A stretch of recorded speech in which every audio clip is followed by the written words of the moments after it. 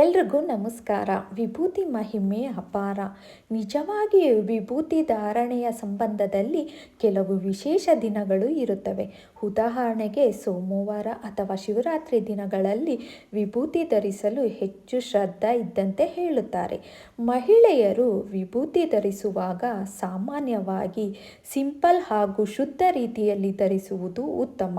ವಿಭೂತಿ ಮತ್ತು ಕುಂಕುಮವನ್ನು ಒಟ್ಟಿಗೆ ಧರಿಸುವುದಾದರೆ ಅದು ಹೆಚ್ಚು ಶುದ್ಧತೆ ಹಾಗೂ ಶಾಂತಿಯನ್ನು ತರುತ್ತದೆ ಎಂದು ಹೇಳುತ್ತಾರೆ.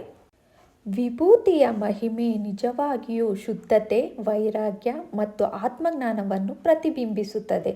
ಹಾಗೆಯೇ ತ್ರಿಪುಂಡದ ಮೂಲಕ 3 ಗುಣಗಳು ಮತ್ತು ಕಾಲದಲ್ಲಿ ಅರ್ಥವನ್ನು ಮೇಲ್ಮೈಯಲ್ಲಿ ತೋರಿಸುವುದರಿಂದ ಅದು ಶಿವನ ತತ್ವಕ್ಕೆ ಹೆಸರಾಗುತ್ತದೆ. ಇಂತಹ ಪವಿತ್ರ ಪದಾರ್ಥದ ಧಾರಣೆಯಿಂದ ಮನಸ್ಸು ಶಾಂತಿಯಾಗುತ್ತದೆ, ಅಹಂಕಾರ ಕಡಿಮೆಯಾಗುತ್ತದೆ ಮತ್ತು ಶುದ್ಧತೆ ಹೆಚ್ಚಾಗುತ್ತದೆ. ಈ ಎಲ್ಲವೂ ವಿಭೂತಿಯ ಅದ್ಭುತವಾದ ಮಹಿಮೆ. ಸರಿ, ನಿಜವಾಗಿಯೂ ವಿಭೂತಿಯ ಮಹಿಮೆ ಮತ್ತು ಅದರ ಧಾರಣೆಯಿಂದ ಬುದ್ಧಿ ಶಾಂತಿಯಾಗುತ್ತದೆ, ಮನಸ್ಸು ಸ್ಥಿರವಾಗುತ್ತದೆ ಮತ್ತು ಆತ್ಮಜ್ಞಾನ ಹೆಚ್ಚಾಗುತ್ತದೆ. ಇವು ಎಲ್ಲವೂ ವಿಭೂತಿಯ ಪವಿತ್ರತೆಯನ್ನು ಮತ್ತು ಶಿವನ ಅನುಗ್ರಹವನ್ನು ತೋರಿಸುತ್ತದೆ.